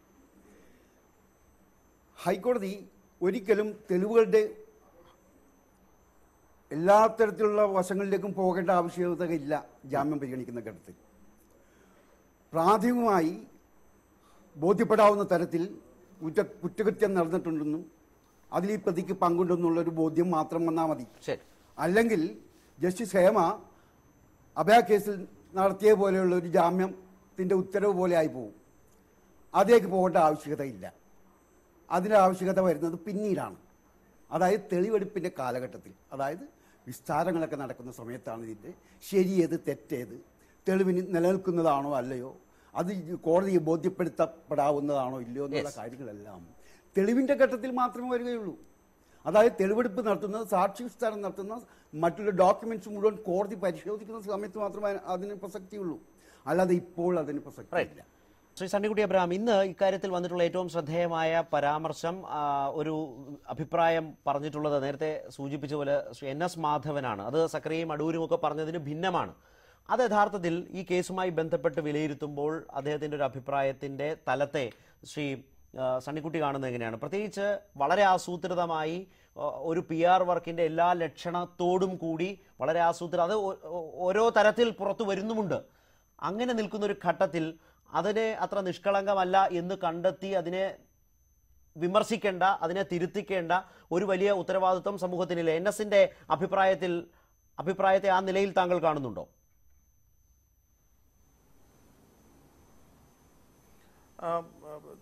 ശരത്ത്, അതിന് മുമ്പായിട്ട് ഞാൻ അഡ്വക്കേറ്റ് വർഗീസിൻ്റെയും ശ്രീ സുഭാഷ് ബാബുവിൻ്റെയും വാദങ്ങൾ അല്ലെങ്കിൽ അവരുടെ നിലപാടുകൾ ഞാൻ ശ്രദ്ധിക്കുകയായിരുന്നു. നമ്മളാരും ഈ കേസ് ഡയറി കണ്ടിട്ടില്ല, കോടതിയിലെ പോലീസ് കൊടുത്ത തെളിവുകൾ എന്താണെന്ന് കണ്ടിട്ടില്ല. അല്ലാതെ നമ്മൾ ഇതിന്മേലൊരു വിധി പറയുന്ന രീതിയിലേക്ക് ചർച്ചകൾ കൊണ്ടുപോകുന്നത് എത്രത്തോളം ശരിയാണെന്ന് എനിക്കറിയില്ല. പക്ഷേ ഒരു കാര്യം എനിക്ക് തോന്നിയത്, അത് ഇന്ന് ഞാൻ മജിസ്ട്രേറ്റ് കോടതിയുടെ വിധി കുറ്റമാണ്. അതല്ലാതെ ഒരു വിധി പറയേണ്ട സ്വഭാവം അതിലുണ്ടോ? നടപടിക്രമങ്ങളെ കുറിച്ചല്ലേ അവർ തെളിവുകൾ അല്ല ശരത്തെ, പല തെളിവുകൾ കൃത്യമായിട്ട് ലഭിച്ചിട്ടില്ല, അതുകൊണ്ട് പെട്ടെന്ന് ഊരിപ്പോരാവുന്നതേ ഉള്ളൂ, അല്ലെങ്കിൽ ജാമ്യം കിട്ടാവുന്നതേ ഉള്ളൂ എന്നൊക്കെ പറയുമ്പോൾ ഞാൻ സൂചിപ്പിക്കാൻ ആഗ്രഹിച്ചത് അതൊന്നുമല്ല. ഞാൻ ഇവരോട് തർക്കിക്കുകയല്ല. ഞാൻ സൂചിപ്പിക്കാൻ ആഗ്രഹിച്ചത് ഈ അങ്കമാലി കോടതിയുടെ നിരീക്ഷണങ്ങളാണ്. വളരെ കൃത്യമായ തെളിവുകളില്ലാതെ അദ്ദേഹം കേസ് ഡയറി കണ്ടിട്ടാണല്ലോ ഇതൊക്കെ പറയുന്നത്. വളരെ കൃത്യമായ തെളിവുകൾ ഉണ്ടെന്നുള്ളതിന്റെ ബോധ്യത്തിലാണല്ലോ അദ്ദേഹം പറയുന്നത്. വളരെ ഗുരുതരമായ തെറ്റാണ്, സമൂഹ മനസാക്ഷിയെ ഞെട്ടിച്ച ഒന്നാണ്. സമാന കുറ്റം ചെയ്യാൻ ഉദ്ദേശിക്കുന്നവർക്കോ ആഗ്രഹിക്കുന്നവർക്കോ ഉള്ള ഒരു താക്കീതാണെന്നൊക്കെ പറയുമ്പോൾ ആ പോലീസ് വെറും മണ്ടന്മാരാണോ? അവർ അത്യാവശ്യം തെളിവുകളൊക്കെ കണ്ടെത്തിയിട്ടുണ്ടാവുമെന്ന് എനിക്ക് തോന്നുന്നു. എനിവേ, അത് അവിടെ നിൽക്കട്ടെ. ശരത്ത് പറഞ്ഞ ഒരു കാര്യത്തെക്കുറിച്ച് നോക്കുകയാണെങ്കിൽ ഈ സമീപ ദിവസങ്ങളിൽ പ്രതിക്ക് അനുകൂലമായി നടക്കുന്ന ചർച്ചകളിൽ അല്ലെങ്കിൽ ഫേസ്ബുക്ക് ഉപയോഗിച്ച് നടക്കുന്ന ചർച്ചകളിൽ ഞാനിടയ്ക്കൊന്ന് പറയുകയാണ്, ഇതൊന്നും കോടതി ശ്രദ്ധിക്കാൻ പോകുന്നില്ല, കോടതി തെളിവുകളായിരിക്കും നോക്കുക. ഫേസ്ബുക്കിൽ ആരെന്ത് പറയുന്നു, സാംസ്കാരിക നായന്മാരെന്ത് പറയുന്നു എന്നൊന്നും നോക്കിയിട്ടൊന്നും അല്ല കോടതി തീരുമാനങ്ങൾ എടുക്കാൻ പോകുന്നത്. പക്ഷേ ഈ ഫേസ്ബുക്ക് പ്രചാരണങ്ങളിൽ മുന്നോട്ട് വയ്ക്കുന്ന ഒരു വളരെ പ്രധാനപ്പെട്ട ഒരു കാര്യം, അതായത് കേസിന്മേലൊരു തീരുമാനം അല്ലെങ്കിൽ പ്രതി കുറ്റവാളിയാണോ അല്ലയോ ശിക്ഷാർഹനാണോ എന്ന് കോടതി പറയുന്നതിന് മുമ്പ് അദ്ദേഹത്തെക്കുറിച്ച് ചർച്ച ചെയ്യുന്നത്, അദ്ദേഹത്തിൻ്റെ ഈ കേസുമായുള്ള ബന്ധത്തെക്കുറിച്ച് മാധ്യമങ്ങൾ ചർച്ച ചെയ്യുന്നതൊക്കെ വലിയ ഒരു പാതകമാണ്, തെറ്റാണ്. അത്തരത്തിലുള്ളൊരു വലിയ വിചാരണ മാധ്യമങ്ങൾ ചെയ്യുന്നു. അതുവരെ വിധി വരുന്നത് വരെ പ്രതി നിഷ്കളങ്കനാണ് എന്ന വാക്ക് അങ്ങനെ തന്നെയാണ് ഉപയോഗിച്ചിരിക്കുന്നത്. നിഷ്കളങ്കനാണ് എന്ന വാക്ക് ഞാൻ നേരത്തെ ചർച്ചയിൽ പറഞ്ഞില്ല. അങ്ങനെയാണെങ്കിൽ പൾസർ സുനിക്കും ആ ഒരു നിഷ്കളങ്ക പദവി ലഭിക്കേണ്ടതാണ്. ഇത് ഇന്നിപ്പോ ശ്രീ NS മാധവൻ അതിന് ഈ അതേ ഒരേ കേസിലെ പ്രതികളാണ്, ഒന്നാം പ്രതിയും 11-ാം പ്രതിയും.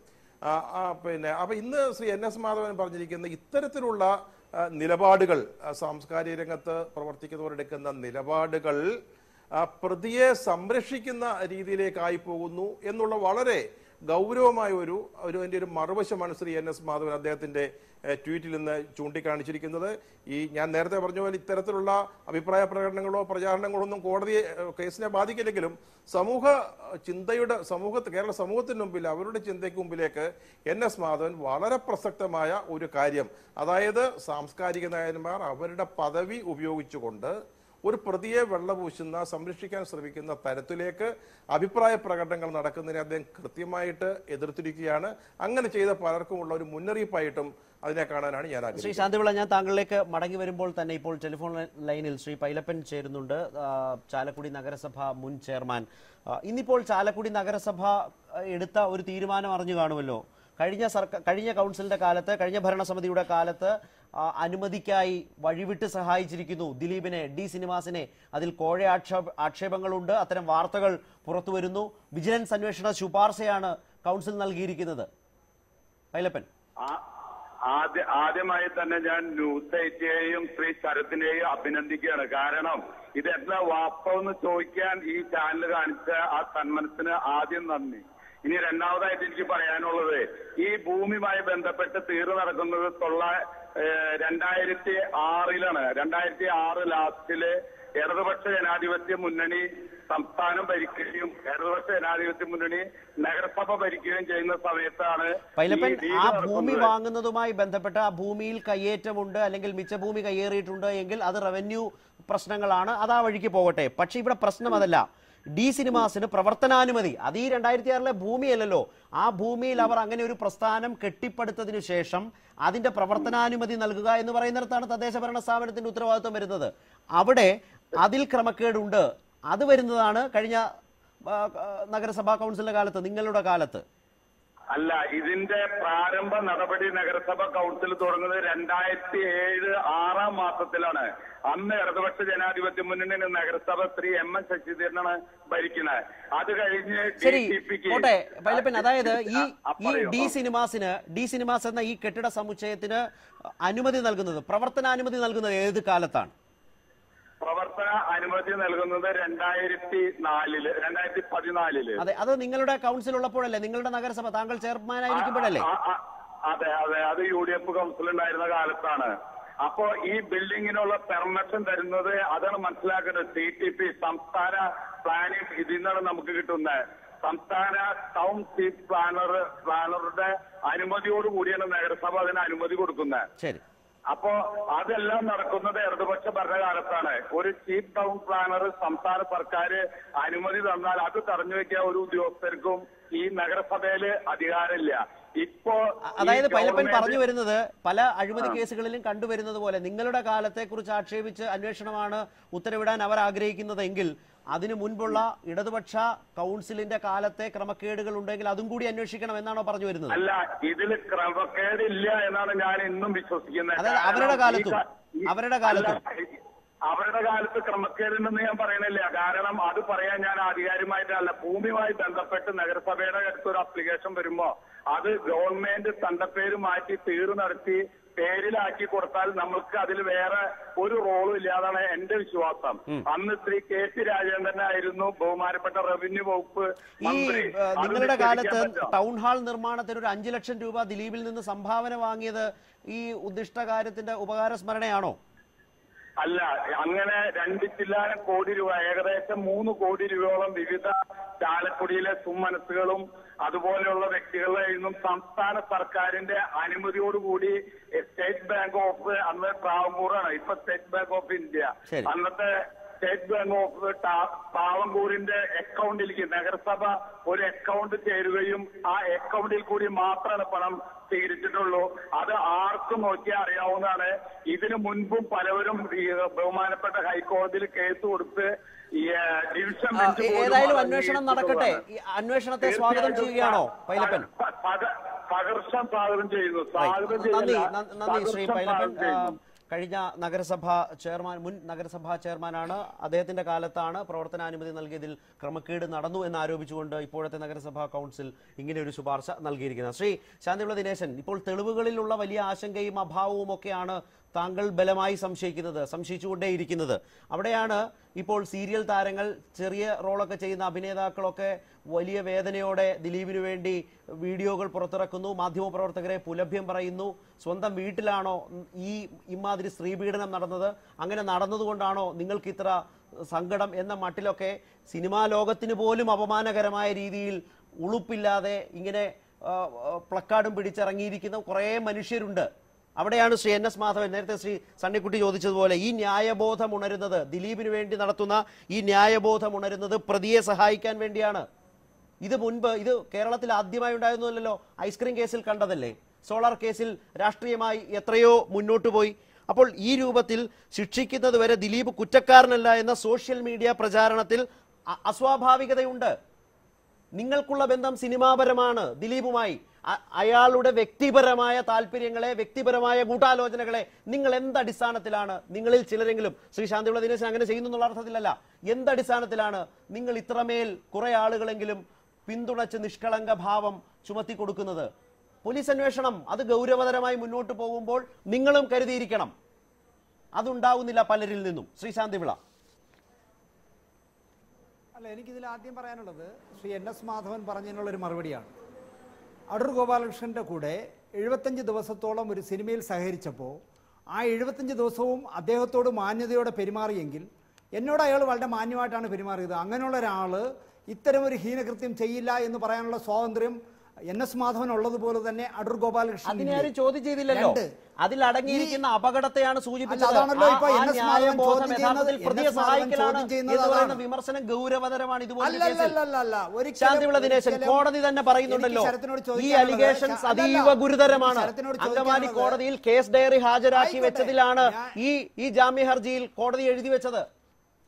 കേസ് ഡയറി കണ്ട കോടതിയാണ് എഴുതിയത്. ശരത്തിനോട് ചോദിക്കുന്നത് അല്ല, ശരത്തിനോട് ഞാൻ ചോദിക്കുന്നത്, എന്നോട് സഹകരിക്കുന്ന ഒരു 75 ദിവസം എന്നോടുണ്ടായിരുന്ന ഒരാൾ വളരെ മാന്യമായി പെരുമാറി എന്ന് പറയാനുള്ള സ്വാതന്ത്ര്യം അങ്ങനെയല്ലല്ലോ പറഞ്ഞത്. അങ്ങനെ കുറ്റം ചെയ്യുമെന്ന് വിശ്വസിക്കുന്നില്ല എന്ന ഒരു ഗുഡ് സർട്ടിഫിക്കറ്റ് കൊടുക്കാൻ സിനിമാക്കാർക്ക് ഈ ഘട്ടത്തിൽ എന്ത് അവകാശമാണുള്ളത്? പൊതുസമൂഹത്തെ നിങ്ങൾ തെറ്റിദ്ധരിപ്പിക്കുകയാണ്. ആ സർട്ടിഫിക്കറ്റ്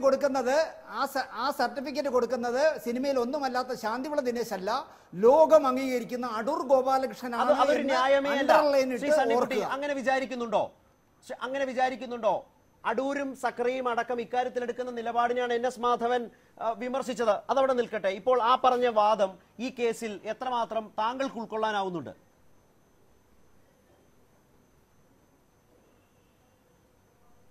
എന്നോടാണോ? അതെ അതെ അതെ താങ്കളോടാണ്. ഞാൻ കേട്ടില്ല.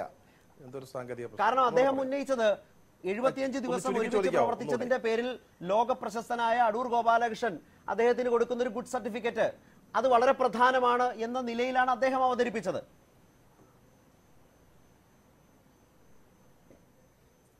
പക്ഷേ ശരത്ത്, അത് വളരെ പ്രധാനമാണ്. അടൂർ ഗോപാലകൃഷ്ണനെ പോലെയുള്ള ഒരാള് അദ്ദേഹത്തിന് ഒരു ഗുഡ് സർട്ടിഫിക്കറ്റ് കൊടുക്കുന്ന പ്രധാനമുണ്ട്. അതുകൊണ്ട് തന്നെയാണ് അദ്ദേഹത്തിന്റെ ആ പ്രസ്താവന ചർച്ചാ വിഷയമാകുന്നത്, ചിലരെങ്കിലും വിമർശിക്കുന്നത്. നമുക്ക് 10, 15, 70, 75 ദിവസം, ഞാൻ പറഞ്ഞല്ലോ, ഞാൻ ഈ ദിലീപ് എന്ന് പറയുന്ന ആളിനെ ഇതിനകത്ത് കുറ്റകൃത്യത്തിൽ പെട്ടെന്നോ അതിൽ പ്രതിയാണെന്നൊന്നും ഞാൻ പറയുന്നില്ല. അദ്ദേഹത്തെ എനിക്ക് പരിചയമില്ല, അദ്ദേഹത്തിന്റെ സ്വഭാവ വിശേഷങ്ങളെ കുറിച്ചും എനിക്കറിയില്ല. പക്ഷേ ഇതുപോലെ വളരെ എന്താ പറയുക, ഈ അക്രമത്തെ എങ്ങനെ വിശേഷിപ്പിക്കണമെന്ന് എനിക്കറിയത്തില്ല. നമ്മൾ ഒരിക്കലും കണ്ടിട്ടില്ലാത്ത ഒരു പാവപ്പെട്ട പെൺകുട്ടി അവമാനിപ്പിക്കപ്പെട്ട ഒരു സംഭവം കേരളം ഒന്നടക്കം ചർച്ച ചെയ്യുമ്പോൾ 15, 20 അല്ലെങ്കിൽ 70 ദിവസത്തെ ഒരു പരിചയത്തിന്റെ പേരില് വളരെ ലോകപ്രശസ്തനായ അല്ലെങ്കിൽ വളരെ സമൂഹം അംഗീകരിക്കുന്ന ഒരാള് ആ 70 ദിവസത്തെ പരിചയത്തിന്റെ പേരിൽ ഒരു ഗുഡ് സർട്ടിഫിക്കറ്റ് നൽകുമ്പോൾ അത് വളരെ പ്രസക്തം, അത് വളരെ പ്രധാനമാണ്. അത് നമ്മുടെ സമൂഹ മനസ്സാക്ഷിയെ സ്വാധീനിക്കുന്ന ഒന്നാണ്. അത് താങ്കൾ സൂചിപ്പിച്ച പോലെ പ്രസക്തവുമാണ്, പ്രധാനവുമാണ്, അതിലേറെ ഗൗരവതരവുമാണ്. ഇവിടെ ശ്രീ എക്സ് വർഗീസ് ഒറ്റ വാചകത്തിൽ ഇവരെല്ലാം പറയുന്ന ഇവരുടെ ദിലീപുമായുള്ള ഈ പ്രതിയുമായുള്ള ബന്ധം അത് സിനിമാപരമാണ്. ഈ ഗൂഢാലോചനയിൽ പോലീസ് പറയുന്നത് ദിലീപിന്റെ വ്യക്തിവൈരാഗ്യമാണ്. ആ വ്യക്തിവൈരാഗ്യത്തിന്റെ കാരണങ്ങളും പറയുന്നു. അതിലെങ്ങനെയാണ് ഈ ആളുകൾ ഇത്ര പരസ്യമായി കേസ് അന്വേഷണത്തിൽ നിൽക്കുമ്പോൾ പ്രതിക്ക് പൊതുസമൂഹത്തിൽ മറ്റൊരു ഇമേജ് സൃഷ്ടിക്കാൻ വേണ്ടിയുള്ള ഒരു വലിയ കർമ്മമാണ് ചെയ്തുകൊണ്ടിരിക്കുന്നത്? സിനിമാപരമായ ബന്ധത്തിന്റെ പേരിൽ പ്രതിയുടെ വ്യക്തിപരമായ വൈരാഗ്യത്തിന്റെ അടിസ്ഥാനത്തിൽ ചെയ്തു എന്ന് പറയുന്ന ഒരു കേസിൽ എങ്ങനെയാണ് ഇവർക്ക് ഗുഡ് സർട്ടിഫിക്കറ്റ് കൊടുക്കാനാകുന്നത്? ശ്രീ എക്സ് വർഗീസ്, അത് ശരിയാണോ? ഒരിക്കലും ശരിയല്ല. അടൂർ ഗോപാലകൃഷ്ണൻ അത്തരത്തിലുള്ള അഭിപ്രായ പഠനം നടത്തിയത് ഒട്ടും ശരിയല്ല. പ്രത്യേകിച്ച് ഈ കേസ് ഇന്ന് അതിൻ്റെ അന്വേഷണ ഘട്ടത്തിൽ നിൽക്കുന്ന സമയമാണ്. ഒരു തരത്തിലുള്ള അഭിപ്രായങ്ങളും പറഞ്ഞുകൊണ്ട് കേസിന്റെ മുന്നോട്ടുള്ള പോക്കിനെ മറ്റൊന്നും കൊണ്ടല്ല, സമയം അവസാനിക്കുന്നുണ്ടാണ്. ശ്രീ സുഭാഷ് ബാബു, ഒറ്റ വാചകത്തിൽ ഇതൊരു അന്വേഷണത്തെ എങ്ങനെയാണ് ബാധിക്കുക, സ്വാധീനിക്കുക? അങ്ങനെ ഒരു പ്രശ്നം ഇതിലുണ്ടോ? പുറത്ത് ഈ ചർച്ചകൾ നടക്കുന്നു, ഈ വലിയ നിലയിലുള്ള വാദപ്രതിവാദങ്ങൾ നടക്കുന്നു, അല്ലെങ്കിൽ കസ്റ്റഡിയിലുള്ള പ്രതി മഹാനുഭാവനാണ്, ഒരുപാട് ക്ഷേമം നാട്ടിൽ നടത്തിക്കൊണ്ടിരിക്കുന്നയാളാണ്, അദ്ദേഹം ജയിലിൽ പോയാൽ നാടാകെ തകർന്നു പോകും എന്ന നിലയിൽ മറുവാദം ഉന്നയിക്കുന്നത് അന്വേഷണത്തെ എങ്ങനെ കാണണം ഒരു അന്വേഷണം നടക്കുന്ന ഘട്ടത്തിൽ? ചുരുക്കി ഒരു ഹീനമായ കുറ്റകൃത്യത്തിന് പ്രേരണ നൽകിയ ഒരു വ്യക്തി എന്നുള്ള രീതിയിൽ അദ്ദേഹത്തിന്റെ സമൂഹത്തിൽ വളരെ ഇടിഞ്ഞ അല്ലെ വളരെ മോശമായ ഒരു അഭിപ്രായമാണ്. അതിനെ മാറ്റിയെടുക്കാൻ വേണ്ടിയിട്ട് അദ്ദേഹത്തിന്റെ സുഹൃത്തുക്കളും അദ്ദേഹം തന്നെ ശ്രമിച്ചിട്ട് ഇതിനെതിരെ ഒരു പ്രചാരണം ഉണ്ടാവും. ഇവരൊക്കെ അവർക്ക് സത്യസന്ധമായ ഒരു അഭിപ്രായം പറയാൻ പാടില്ല എന്ന് ഞാൻ വിശ്വസിക്കുന്നില്ല. അതുപോലെ അത് അന്വേഷണ ഉദ്യോഗസ്ഥന്മാരെ ഒരു രീതിയിലും ബാധിക്കത്തില്ല. അവരെ കേസ് തെളിവിനനുസരിച്ച് കോടതി കൊണ്ടുപോകും. കോടതി ആ കേസ് ഫയൽ നോക്കിയിട്ട് 2 ഭാഗവും ആർഗ്യൂ ചെയ്യുന്നതിനനുസരിച്ചിട്ട് ആ കോടതി ഉത്തരവുണ്ടാകും. ഇതൊന്നും കേസിന്റെ അന്വേഷണത്തിനെയോ അല്ലെങ്കിൽ ബെയിൽ ആപ്ലിക്കേഷനെയോ ബെയിൽ ആർഗ്യുമെന്റിനെയോ ബെയിൽ ഓർഡറിനെയോ ബാധിക്കില്ല. അതാണ് ഉണ്ടാവേണ്ടതും. അന്വേഷണ ഉദ്യോഗസ്ഥന്റെ മനോനിലയെയും അവരുടെ ഊർജ്ജത്തെയും അവരുടെ മനധൈര്യത്തെയും അത് ബാധിക്കാൻ പാടില്ല. പക്ഷെ പറയാതിരിക്കാൻ വയ്യ ശാന്തിവിള ദിനേശ്, പരമദയനീയമാണ് ഈ വിധത്തിൽ ഇങ്ങനെ ഒരു നിലപാട് സ്വീകരിക്കുന്ന മലയാള ചലച്ചിത്ര പ്രവർത്തകരെ കുറിച്ച് ഓർക്കുമ്പോൾ പരമപുച്ഛമായിരിക്കും മലയാളത്തിന് തോന്നുക. വ്യക്തിപരമായ എന്ത് ബോധ്യമാണ് അയാൾ നടത്തുന്ന ഹീനകൃത്യങ്ങൾക്ക് നിങ്ങൾക്ക് സർട്ടിഫൈ ചെയ്യാനാവുക? നിങ്ങൾക്കുള്ളത് കുറച്ച് ദിവസത്തെ സിനിമാ ബന്ധമാണ്. ആ സിനിമാപരമായ ബന്ധം വെച്ചാണ് നിങ്ങൾ ഈ വിധത്തിൽ ഒരു പ്രതിയെ അന്വേഷിച്ച് തെളിയിക്കട്ടെ. നിരപരാധിയാണെങ്കിൽ അയാൾ കോടതിയിൽ തെളിയിക്കട്ടെ. അതിനെയും നമുക്ക് സ്വാഗതം ചെയ്യാം. അല്ല, നിങ്ങളൊരു കാര്യം ചെയ്യൂ, സിനിമാക്കാരനെ ഒഴിവാക്കൂ. കേരള സമൂഹം തിരിച്ചു വരണമെന്ന് ആഗ്രഹിച്ച സെൻകുമാറിനെ പോലെ ഒരാൾ പറഞ്ഞു, കേരളത്തിന്റെ DGP പറഞ്ഞു, അയാളുടെ പേരിൽ കേസെടുക്കാവുന്ന ഒരു തെളിവുമില്ല, ADGP സന്ധ്യയുടെ നാടകമാണെന്ന് പറഞ്ഞ് നിങ്ങൾ അവിടെ നിൽക്കുകയാണോ? അതിനുശേഷമാണ് കേരള പോലീസ് അറസ്റ്റ് ചെയ്തത്. രാഷ്ട്രീയ ഭേദമില്ലാതെ പൊതുസമൂഹം വ്യാപകമായി അഭിനന്ദിച്ചു പോലീസിനെ ആ നടപടിയുടെ പേരിൽ. അതൊന്നും നിങ്ങളാരും കാണുന്നില്ല. നിങ്ങൾക്ക് കൃത്യം പക്ഷപാതമാണ്. ജയിലിൽ കിടക്കുന്ന ഹീനകൃത്യം ചെയ്ത ഒരു പ്രതിക്ക് വേണ്ടി ഒരു ലജ്ജയുമില്ലാതെ വക്കാലത്തെടുക്കുകയാണ് പൊതുസമൂഹത്തോട്. ശ്രീ ശാന്തിവിള ദിനേശ്, ദയനീയമാണ്. അതിന് താങ്കൾ ചെയ്യേണ്ടത്, ഈ ചാനലിൽ എനിക്ക് പറയാനുള്ളത്, ഇതേ ചോദ്യത്തിന് അയാൾ ശിക്ഷിക്കപ്പെടാതെ പുറത്തു വരികയാണെങ്കിൽ ശരത്ത് അന്ന് മറുപടി പറയേണ്ടി വരും എന്ന് അന്നെടുക്കുന്ന കോടതി എടുക്കുന്ന നിലപാടിനൊപ്പം തന്നെ നിൽക്കും. ഞങ്ങൾ ഇപ്പോഴും പറയുന്നു, ശ്രീ സണ്ണിക്കുട്ടി, അവസാനമായി ഇപ്പോഴും പറയുന്നു, വിവരങ്ങളുടെ അടിസ്ഥാനത്തിലുള്ള വിലയിരുത്തൽ മാത്രമാണ്. ആ വിവരങ്ങളുടെ ഒരു പൊതുബോധം ഞങ്ങളുടെ എല്ലാം ഉള്ളിലുണ്ടാവും. പക്ഷെ കോടതിയിൽ ദിലീപ് കുറ്റക്കാരനല്ല എന്ന് തെളിയിച്ചു വന്നാൽ അത് അതേ നിലയ്ക്ക് സ്വീകരിക്കും. ഉദാഹരണം ശ്രീശാന്ത്. ഞാൻ ഒന്നും കൂടുതലായി പറയുന്നില്ല. ശ്രീ സണ്ണിക്കുട്ടി, നമുക്ക് ഈ ചർച്ച അവസാനിപ്പിക്കാം. അല്ല ശരത്തെ വല്ലാത്തൊരു തെറ്റിദ്ധാരണ പറഞ്ഞിട്ടുണ്ട്. അതായത് കേരളത്തിലെ മാധ്യമങ്ങൾ മുഴുവൻ ശ്രീ ദിലീപിനെ കുറ്റക്കാരനായി വിധിച്ചു എന്നുള്ളത്, ഈ ചർച്ചകളിൽ അങ്ങോട്ടും ഇങ്ങോട്ടും ചില തെറ്റുകളോ പിശുകളോ ഉണ്ടായേക്കാം, അതൊക്കെ തിരുത്തപ്പെടേണ്ടതാണ്. പക്ഷേ ഒരു വലിയ പ്രചാരണ മാധ്യമങ്ങൾക്കെതിരായിട്ട് മാധ്യമങ്ങൾ ദിലീപിനെ പ്രതിയായി വിധിച്ചു കഴിഞ്ഞു എന്ന രീതിയിൽ ഒരു ചർച്ച പോകുന്നത് ഒട്ടും ആശാസ്യമല്ല. ചർച്ചയുടെ സ്വഭാവത്തിൽ ചില മാറ്റങ്ങൾ വരുത്തേണ്ടതുണ്ടാവും, അതൊക്കെ രണ്ടാമത്തെ കാര്യം. പക്ഷെ ഈ രീതിയിൽ ഇങ്ങനെ ഇപ്പൊ നാളെ കോടതി വെറുതെ വിട്ടാൽ അതുകൊണ്ട് എന്താ, മാധ്യമങ്ങൾക്ക് എന്താ? കോടതി വിധി വിട്ടാൽ ആ കോടതി വിധി ചർച്ച ചെയ്യും, അത്ര തന്നെ. ഇത് മാധ്യമങ്ങളുടെ ധർമ്മം എന്ന് പറയുന്നത് അതാത് ദിവസങ്ങളിൽ സംഭവിക്കുന്ന കാര്യങ്ങൾ, മാധ്യമ പരിസരം വല്ലാതെ മാറിയിരിക്കുന്നു. അതാത് ദിവസങ്ങളിൽ സംഭവിക്കുന്ന കാര്യങ്ങൾ ചർച്ച ചെയ്യുന്നു. അതിന്റെ വിവിധ വശങ്ങൾ, അത് ഒരു ഭാഗത്തുനിന്ന് മാത്രമല്ല പല ഭാഗത്തുനിന്നുള്ള വ്യത്യസ്ത തലങ്ങളിൽ നിന്നുള്ള അഭിപ്രായങ്ങൾ ഇവിടെ ക്രോഡീകരിച്ച് അവതരിപ്പിക്കുന്നതിനപ്പുറത്ത് പിന്നീട് ഒറ്റ കാര്യം കൂടെ ശാന്തിവിള ദിനേശൻ ഓർക്കേണ്ട ഒരു കാര്യം, സെൻകുമാർ പറഞ്ഞത് തെളിവൊന്നുമില്ലെന്നല്ല. ഇവരെ ചോദ്യം ചെയ്യുമ്പോൾ കൃത്യമായ തെളിവുകൾ ഇല്ലായിരുന്നു. കൂടുതൽ തെളിവുകൾ സമാഹരിച്ചതിന് ശേഷം വേണമായിരുന്നു ചോദ്യം ചെയ്യലെന്നാണ് സെൻകുമാർ പറഞ്ഞത്. അത് വലിയ തോതിൽ തെറ്റിദ്ധരിക്കപ്പെടുന്നുള്ള കാര്യം കൂടി ഞാൻ ഓർപ്പിക്കാം. തീർച്ചയായും അന്വേഷണ ഉദ്യോഗസ്ഥർക്ക് ആളുകൾ, വ്യക്തികൾ മാറുന്നതിനനുസരിച്ച് വ്യത്യസ്തമായ ശൈലികൾ ഉണ്ടാകാം. ആ ശൈലികൾ അവർ മുന്നോട്ട് പോകാം. സെൻകുമാർ കാണുന്ന പോലെ ആവില്ല മറ്റൊരു അന്വേഷണ സംഘം കാണുക. ഏതായാലും അന്വേഷണം മുന്നോട്ട് പോകുന്ന ഘട്ടത്തിൽ വളരെ പ്രധാനപ്പെട്ട കോടതിയുടെ പരാമർശവും അടങ്ങുന്ന ആധികാരിക വിവരങ്ങളുടെ അടിസ്ഥാനത്തിലുള്ള ചർച്ച മാത്രമാണ്. ഇത് ഏതെങ്കിലും തരത്തിലെ ദിലീപിനെ പ്രതിയായി ഉറപ്പിച്ചു നിർത്തുന്നതിന് വേണ്ടിയല്ല. എല്ലാവർക്കുമുള്ള ജനാധിപത്യപരമായി ഈ കേസ് തെളിയിച്ചെടുക്കാനുള്ള ദിലീപിന്റെ സ്വാതന്ത്ര്യം പോലെ തന്നെയാണ് ദിലീപ് ഉൾപ്പെട്ട് കോടതി പോലും പറയുന്ന ഹീന കുറ്റകൃത്യം എന്ന് പറയുന്ന സാഹചര്യത്തെ അതേ ആർജവത്തോടെ, അതേ നിലപാടോടെ, അതേ ഗൗരവത്തോടെ അവതരിപ്പിക്കുക. അതാണ് പ്രൈം ഡിബേറ്റ് അടക്കം ചർച്ചകളിൽ. ആ മാധ്യമ ജാഗ്രത തുടരും, ആരൊക്കെ അലോസരപ്പെട്ടാലും. വളരെയധികം നന്ദി ശ്രീ സണ്ണിക്കുട്ടി എബ്രഹാം, ശ്രീ ശാന്തിവിള ദിനേശ്, ശ്രീ എക്സ് വർഗീസ്, ശ്രീ സുഭാഷ് ബാബു ഞങ്ങൾക്കൊപ്പം സഹകരിച്ചതിന്. പ്രൈം ഡിബേറ്റ് അവസാനിക്കുന്നു. നമസ്കാരം.